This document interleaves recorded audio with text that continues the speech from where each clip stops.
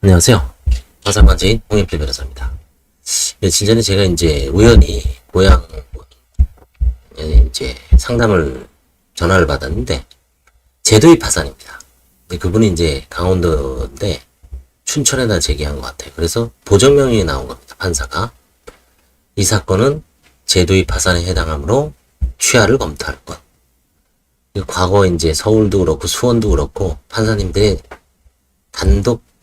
단골 메뉴였죠. 보정명령. 특히 제도입 파산. 대법원에서 이제 판례가 3개가 있고,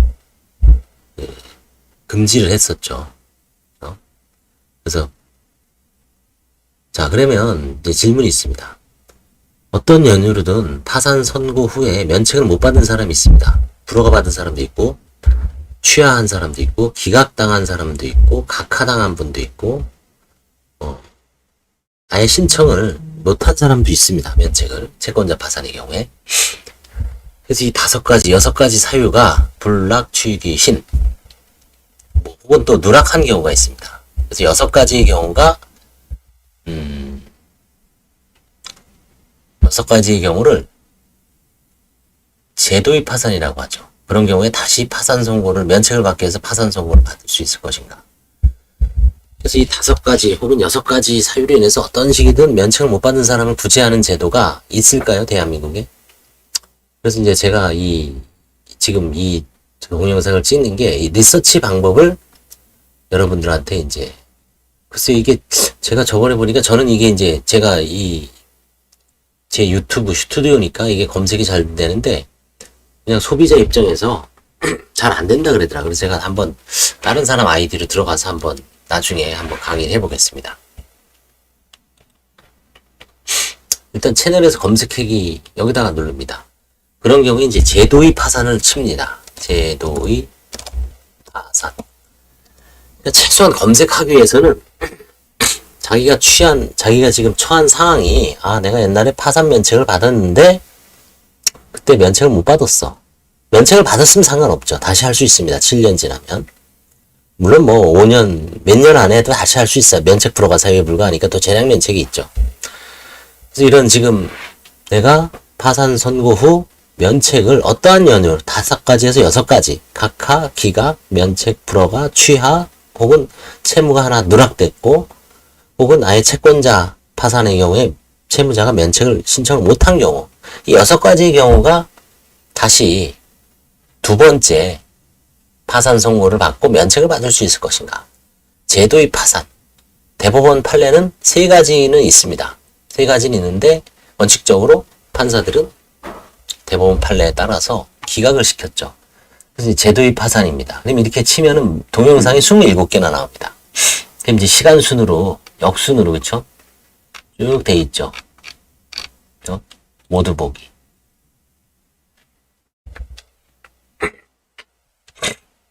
제도의 파산이 29개가 나옵니다. 이렇게.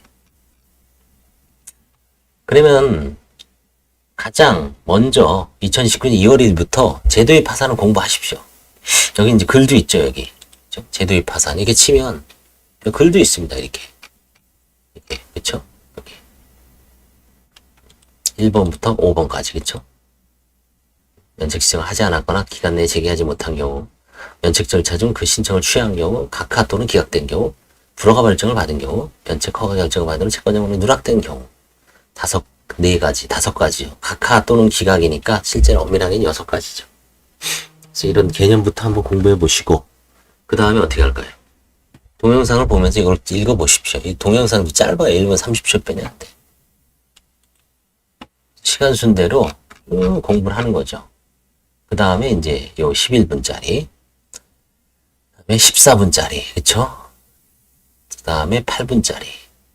제도입 파산이, 허용 사례가 있구나. 30분짜리. 그쵸? 제도입 파산. 그쵸? 제도입 파산. 면책받지 못한 채무자의 희망. 제도입 파산. 제도입 파산과 중병 발병. 중병 발병이 뭔가 좀 유리한 상황인가? 제도입 파산이 문제된 사안. 제도입 파산과 중정 발병. 이건 뭐 같은 건데, 그쵸? 그 다음에 교과서에는 어떻게 돼 있나? 교과서 텍스트까지 공부해 보시고. 이 정도로 하면 27개, 이거 뭐, 시간 많이 걸린 것 같지만 얼마 안 돼요, 사실. 동영상. 뭐 이해할 수 있을지 어쩔지 모르지만 많이 듣다 보면 이해나 마나 본인이 이해한다고 혼자 할 거예요. 결국은 가장 중요한 거는 변호사를 찾아가세요. 해당 지역에. 물론 뭐 저를 찾아와도 좋습니다만 변호사님을 찾아가서 정확하게 진단을 받으세요. 이게 제도의 파산이 다 허용되는 게 아닙니다. 그 옛날 2018나 467이라고 있죠. 여기도 아마 있을 겁니다. 그렇죠? 그래서 그 서울 회생법원 판례 그것도 공부해 보시고 전반적으로 공부한 다음에 아 내가 좀 희망이 있구나. 희망의 끈을 놓지 마시고 과거 이런 분들 많죠 지금. 저도 이거 상당히 많이 상담을 했습니다. 그래서 제가 봤을 때 아 이거는 가능하다. 아 이건 좀 재산 은닉과 관련된 문제이기 때문에 그 당시에 어떤 그거를 충분히 소명하거나 아니면 재산을 일부 좀 출연을 해야 되겠다. 이런 형이 있고 누락 같은 경우는 안 됩니다. 누락은 별도의 소송 절차가 있죠. 566조 A에서. 다만 뭐 누락이라고 무조건 안 된다는 건 아니고 그것도 이제 사안에 따라 다른데 채권자의 어떤 절차 보장을 위해서는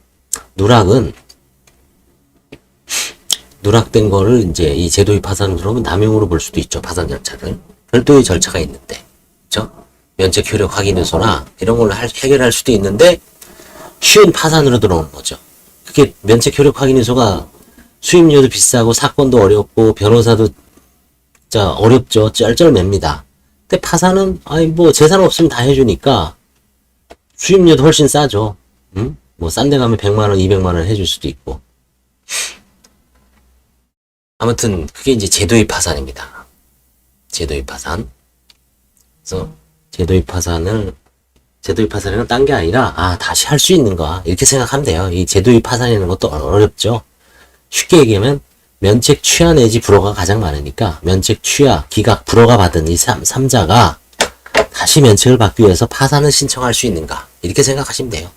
뭐 제도의 파산 어렵죠. 그렇죠? 용어 자체부터 어려워. 그렇죠? 한문으로 쓰여져 있어. 옛날에 이제 우리가 민사소송법 공부할 때 뭐 제도의 보완, 그렇죠? 제도 두 번째 자, 그 다음에 정도할 때 도자죠. 제도 두 번째 더블 두 번 한 거 세컨, 그렇죠? 두 번째 한다는 겁니다. 다시 한다는 거지 다시. 제도의 파산, 파산, 면책, 불허가 취하 이 세 가지가 가장 기본적인 거니까 이런 세 가지 사유로 인해서 면책을 못 받았을 때 그럼 이거를 언제 할 것인가? 시기도 좀 고려를 해야죠. 바로 들어가면 안 되죠. 좀 뜸을 들여야죠. 그 다음에 뭔가 남용적 요소는 없는가? 그 당시에 그 취하하거나 기각, 불허가 받은 게 단순히 설명을 제대로 못해서 아니면 뭐 서류를 제대로 못 내서 가족들이 협조가 없어서 그런 건지 아니면 관제인이 뭐 상속 협의 분할이라든가 보험 변경 그 다음에 무슨 재산 처분에 대해서 강력하게 조사를 요구하니까 슬그머니 그냥 취하를 하고 내뺀 건지 그런 내뺀 경우는 허용이 안 됩니다. 잘 읽어보십시오.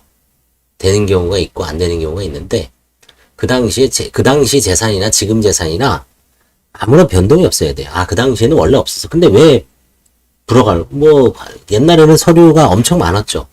수원은 지금도 뭐 한 4, 50가지 되죠. 서울은 14가지, 14가지로 많이 간소화했지만 지방 같은 경우에는 여전히 배우자, 부모, 자녀 거 다 오만 잡다구리한 서류를 다 요구하면 배우자, 부모, 자녀하고 간혹 좋지 않은 인간관계를 유지하는 채무자도 있죠. 그쵸? 뭔가 단절되거나, 그쵸? 가족들한테 피해를 줘서 가족들이 이제 피하는 경우도 있고요. 그러면 서류도 잘 안 해주죠. 그쵸? 예전에는 제가 한 10몇 년 됐어요. 파산 초창기에는 어떤 분은 서류를 아버지를 속여서 아버지가 세무공무원인데 속여서 어떻게 받아내서 왔습니다. 그랬더니 나중에 이제 들통이 나니까 아버지한테 이제 뭐 하여튼 죽기 일보 직전이었어요. 그분 아버님이 70 몇 살이었는데 이분도 한 40세 중년이었는데 갑자기 이분이 사무실에 오더니 자기 서류를 내달라 이거야. 자기 아버지 갖다 줘야 된다. 아니면 혼난다고. 자기 죽는다. 이건 줄 수 없습니다 했더니 얼마나 절실했는지 진짜 그 사무실에서 갖고 튀었습니다. 그래서 저는 그냥, 그리고 아마 면책 취하했을 거예요. 안 하겠다. 그걸 뭐, 다시 뭐 쫓아가서, 그걸 얼마나 저거 하겠어요. 그쵸? 가족, 아버님과의 어떤 관계를. 그런 경우도 있습니다. 심지어.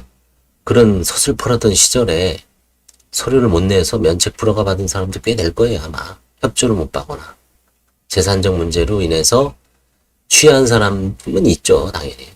재산적 문제로 인해서 취하고 도망간 사람은 다시 해도 제도의 파산이 아마 안 될 가능성도 있고요. 된다 하더라도 재량 면책을 아직 받고 그 당시 어떤 은닉 재산을 다 소명을 해야 될 거예요. 특히 이제 상속 협의 분할 같은 경우. 그래서 제도의 파산에 대해서 한번 알아봤습니다. 감사합니다.